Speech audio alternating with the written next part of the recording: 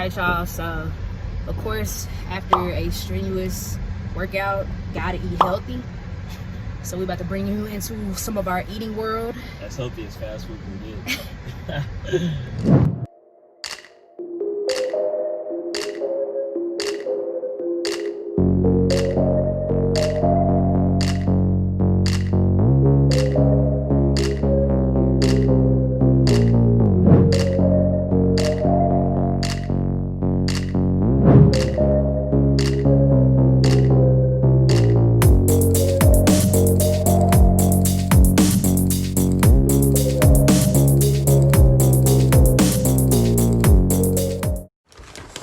Alright, y'all, we back again.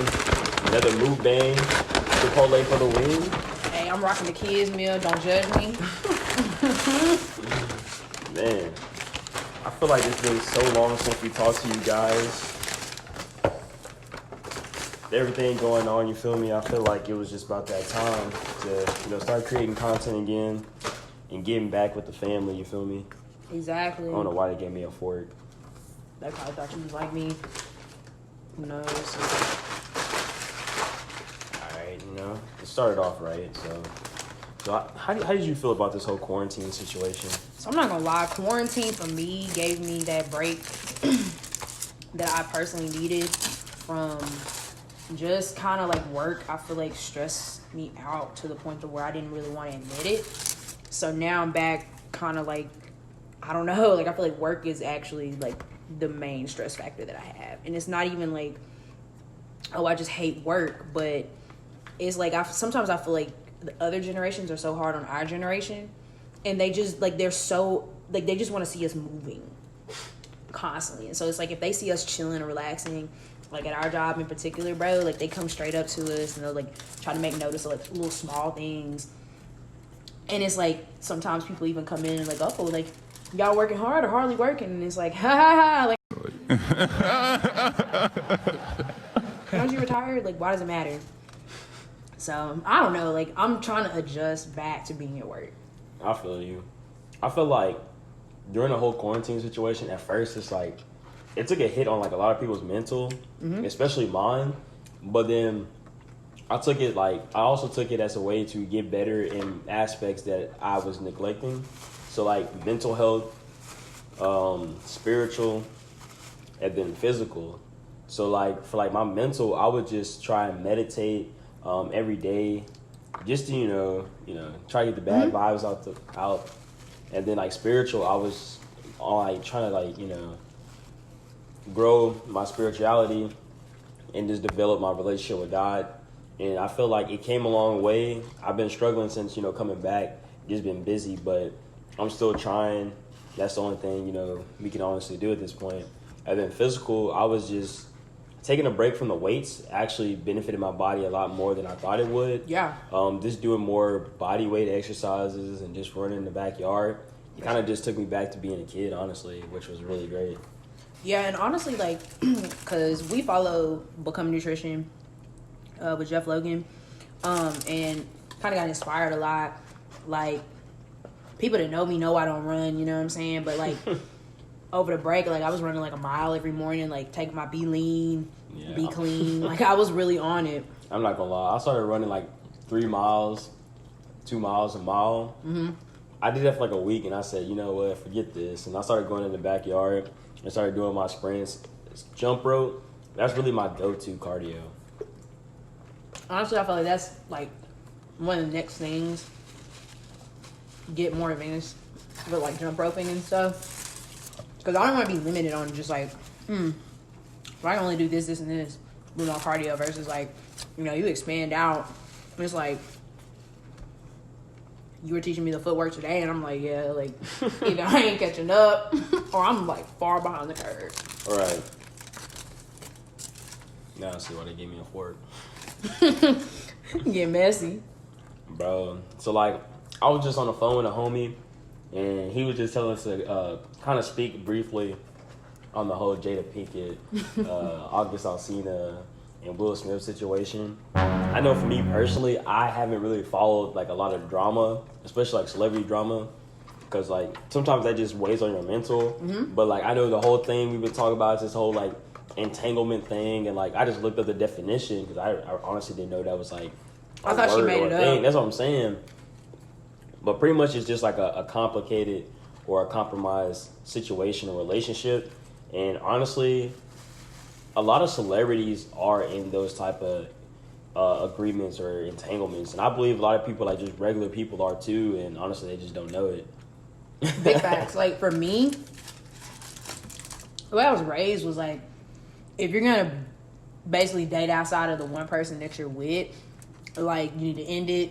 You know, that's it. Like, I guess for me, when I was watching like the Red Table Talk and like listening to them have the conversation, they were like, bad marriage for life. And it's like, I don't really believe in that. Like, Couldn't be me. You have to be happy. Like, I understand what they're saying. Like, nobody else should bring you happiness. But at the same time, people can bring you happiness. I think what they were trying to say is like that person shouldn't be the sole responsibility for your happiness. Which is true. Right.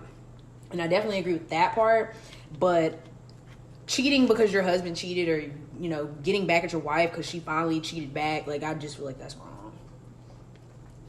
And I feel like she's older than him, so she did kind of take advantage of him. But for him to come out on Keke Palmer, that was wrong. Like, August, you're wrong. I don't care.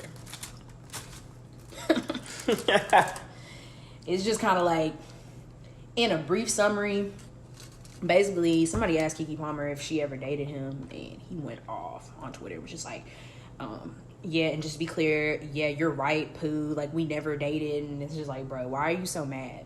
That's what I'm saying. You're just mad because Jada doesn't want you, but it's like, you knew she was with Will. The fact that you were coming to their house to have your entanglement should have told you, bro, like, this part is permanent, you're temporary. That's what I'm saying. It's like, people be so in love with the idea of a person that they don't even know who the person really is. And it's like, and I ain't gonna lie, like, I have like a problem, not with that part, but I have a problem like creating an image of somebody, and then it's like I realize it's like the image is so great or so, you know, divine or whatever. It's like I know that person's not gonna be able to live up to it, so it's like I'm not gonna talk to that person. But it's like if I come into it like, you know, open expectations, I find myself like finding the person that should be better than the image I thought I could have ever created. And see, I'm not trying to get like too zodiac on y'all. My Pisces friends, shout out to y'all. But I be feeling like a Pisces, like, we are what we show you. So it's like, inadvertently, if you ever date a Pisces, you'll notice we will give you our all, and we can't help it. Like, for us, that just doesn't, like, if you're slacking, then yes, we will slack. But we're still going to try till the end. Like, I'm not saying that some Pisces aren't cheaters. I don't know what they do.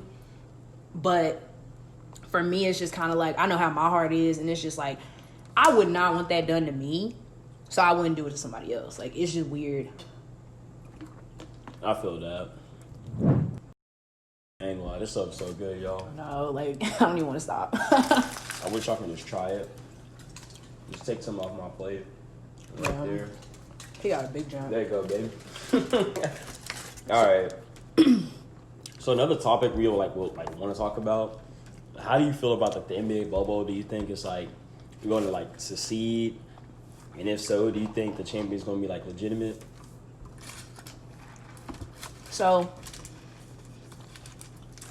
I do feel like this year is still going to have an asterisk beside it. But if it's not LA versus the Bucks, and I don't care which LA, then I don't feel like it's going to be as enjoyable. Like, I don't feel like for the fans, it's like, I understand that for some reason they think that everybody wants to see the Pelicans, but it's like, you gotta remember, like, that's why like those other teams have older like vets on their, you know, roster, because it's like, it takes veterans to win the playoffs. When you're playing a series, you know, you have to have the mentality, you know, the rhythm. Is your team on the same page? Like, I'm not saying that it's not gonna work. I mean, Charles Barkley even brought up a good point. It's like, they tested everybody before they got into the bubble, but I don't know what they're doing about testing once they're inside the bubble. So, you know, it could be like Major League Soccer. All of a sudden there's a breakout. Who knows? But, I mean, if they are able to play and they get through this season, It'll be a blessing. I'm going to favor, like I said, one of the LA teams versus the Bucks.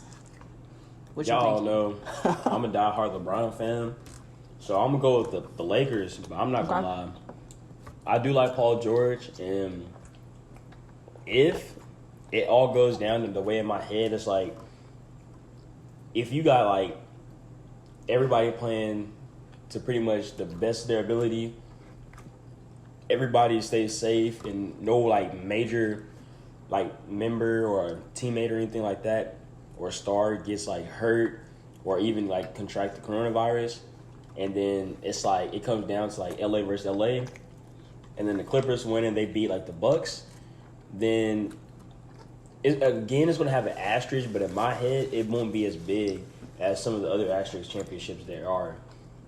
That's but fair. I do feel like the NBA is going to do what they have to do to make this succeed. I do, like, honestly, they're already like 16 to like 19 players that already contracted it. But honestly, I don't think that they have, some of them don't really have the symptoms. They just have it. So you're going to have a whole bunch of those. And then I think honestly, the championship won't be legitimate because I feel like there's too much risk in all that, the contact, the sweat, all that, and then you just got knuckleheads in there that just want to break rules. So I just feel like one of the big stars is going to end up going down, and the key timing too.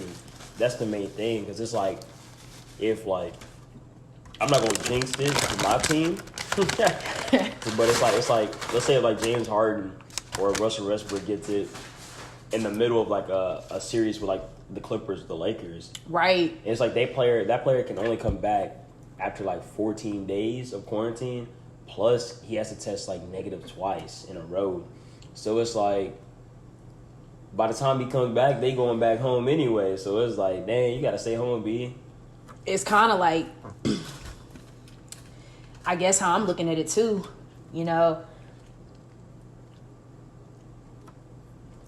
Dwight Howard, is he playing? You know, and then you look at the factor of, you know, these guys got to go home to their families, you know.